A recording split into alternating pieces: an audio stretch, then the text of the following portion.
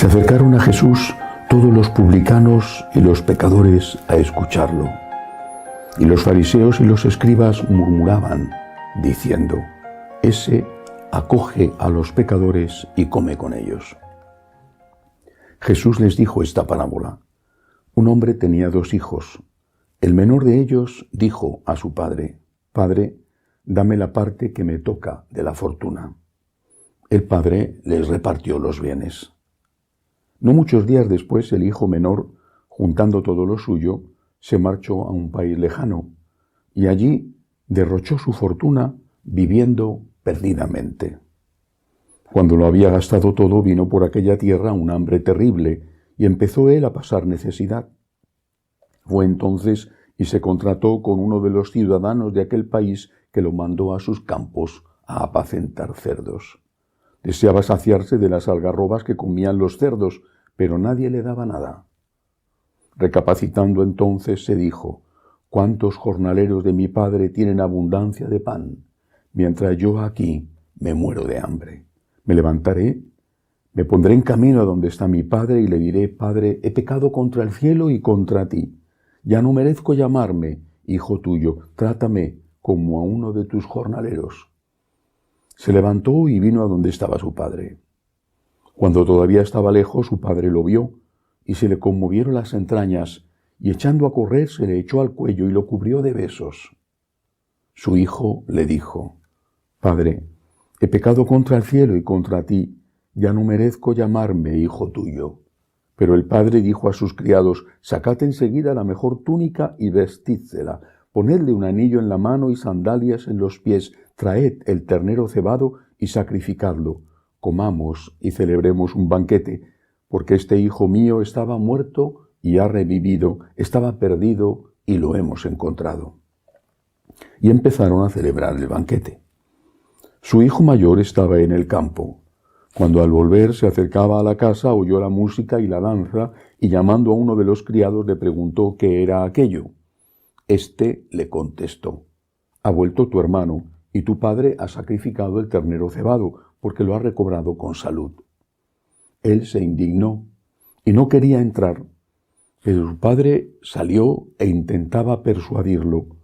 Entonces él respondió a su padre: Mira, en tantos años como te sirvo, sin desobedecer nunca una orden tuya, a mí nunca me has dado un cabrito para tener un banquete con mis amigos.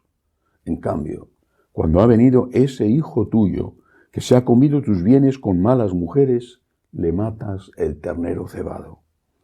El padre le dijo: Hijo, tú estás siempre conmigo y todo lo mío es tuyo, pero era preciso celebrar un banquete y alegrarse, porque este hermano tuyo estaba muerto y ha revivido, estaba perdido y lo hemos encontrado.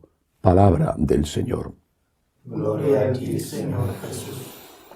Es la bellísima, extraordinaria parábola del hijo pródigo. Quizá debería de llamarse del padre compasivo. Para entenderla bien, como siempre, hay que situarla en el contexto. Es un contexto de polémica. Jesús está acogiendo, llevando al buen camino a los que estaban descarriados, y eso molesta a aquellos fariseos que consideraban que no había remedio para ellos, que no merecía la pena intentarlo y que incluso intentarlo contaminaba. Ese es el contexto. Y ahí Jesús cuenta esta parábola. Está dirigida, por lo tanto, contra los fariseos, o sea, contra el hermano mayor.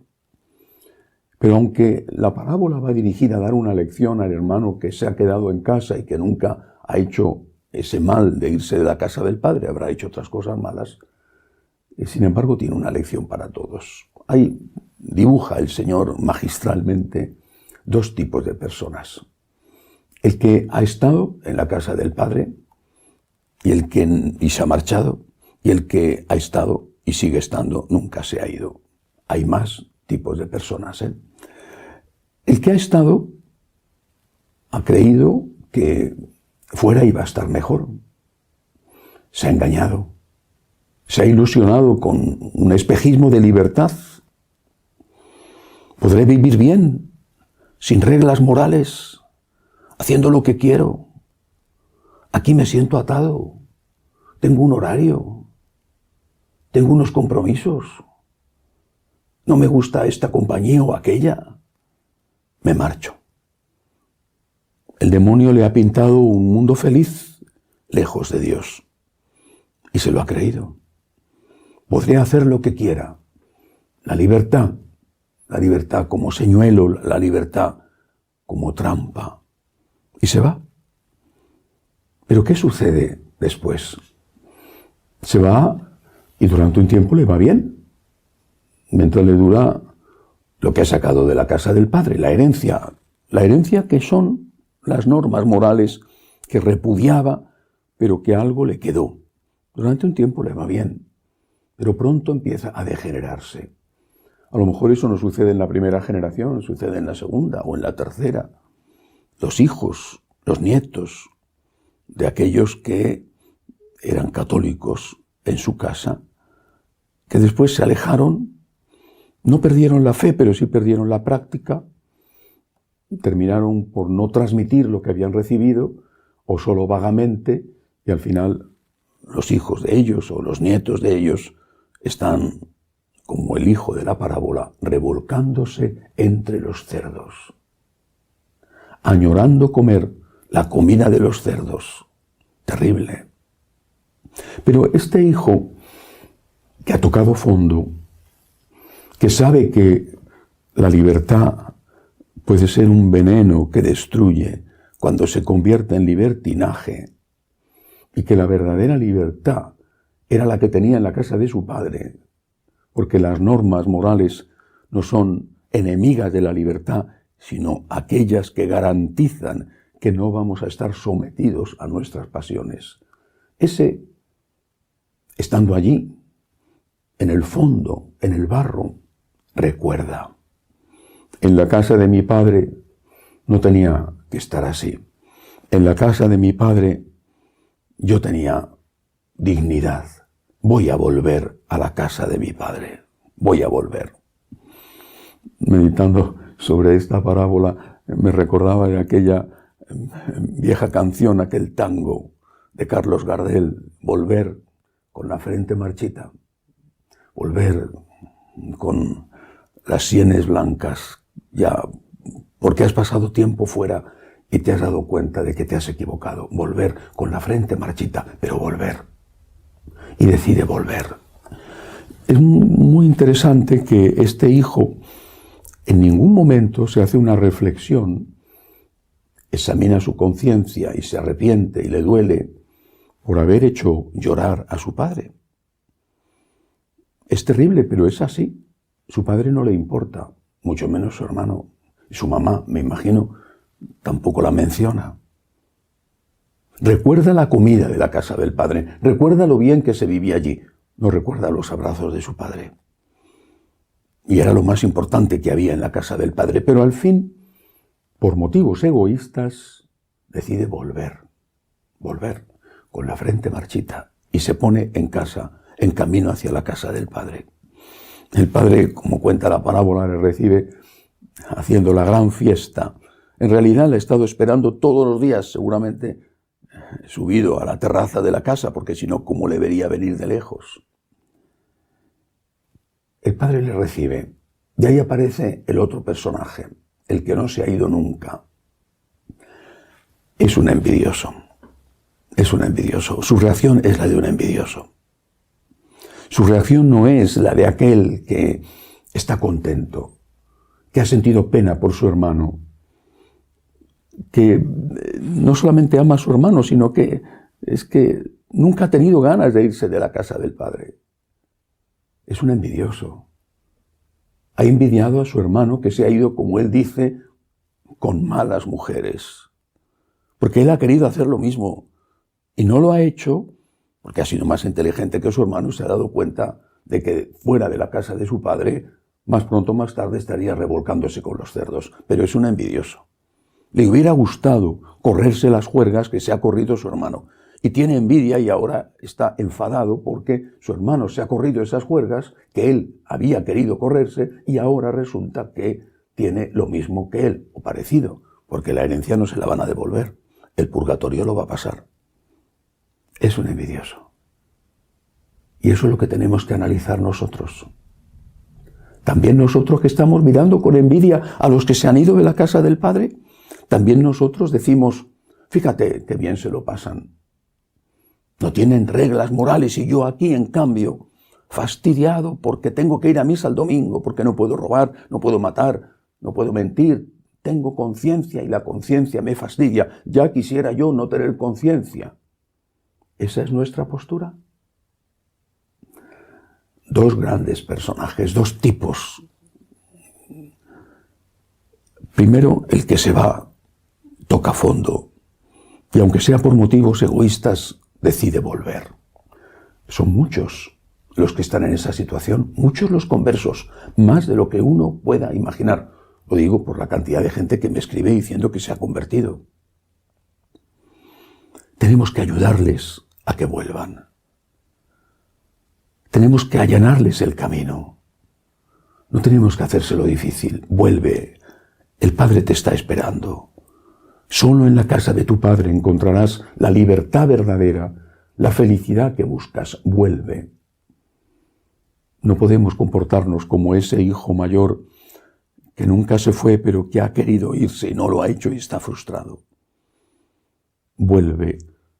El Padre y nosotros te vamos a recibir con los brazos abiertos. No tengo envidia de lo que has hecho. Yo he estado mejor que en ningún sitio estando al lado de mi Padre.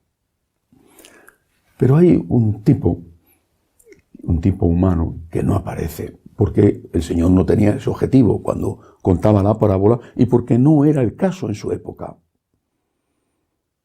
Describe al pecador que se ha ido y describe al pecador que no se ha ido y que es un envidioso. Bueno, pero hay otro, el que nunca ha estado, ese hijo o ese nieto del que se fue, o del que no se fue, pero quién sabe por qué no logró transmitir la fe a la siguiente generación.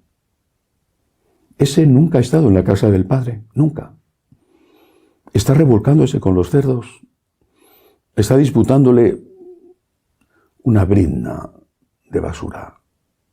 Piensa, porque no ha conocido nunca otra cosa, que la libertad es poder usar de la pornografía. Eso es la libertad para él.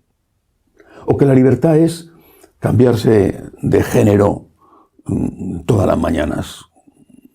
O que la libertad es poder usar drogas. O poder matar a un inocente en el vientre de su madre. Lo que hoy la sociedad dice que es la libertad. Y piensa que hacer todo eso, o por lo menos que eso se pueda hacer, piensa que eso es vivir y que eso es ser feliz. No conoce otra cosa. Es terrible. Porque el que ha estado en la casa del Padre algo recuerda.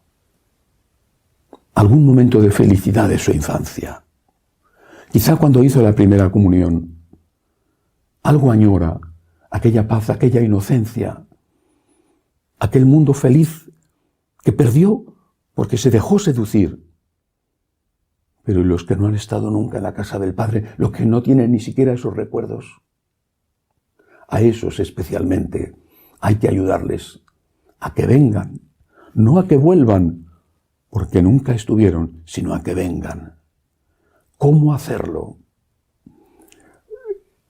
Entre las muchas cosas bellísimas que escribió San Pablo, hay dos cartas dirigidas a la posiblemente peor de todas las comunidades que él iba formando o que él iba catequizando. Me refiero a los corintios.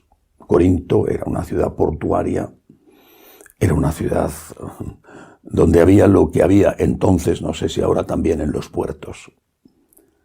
Se encuentra con una comunidad muy contagiada por el ambiente y les reprende fortísimamente, tanto en la primera como en la segunda carta.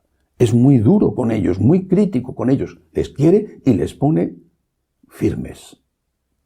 y les dice a esos paganos que viven disputándole la comida a los cerdos, a esos que nunca han estado en la casa del Padre porque no eran judíos y porque sus dioses en los que creían eran pacotilla, a esos les dice, mostradles una razón para vivir.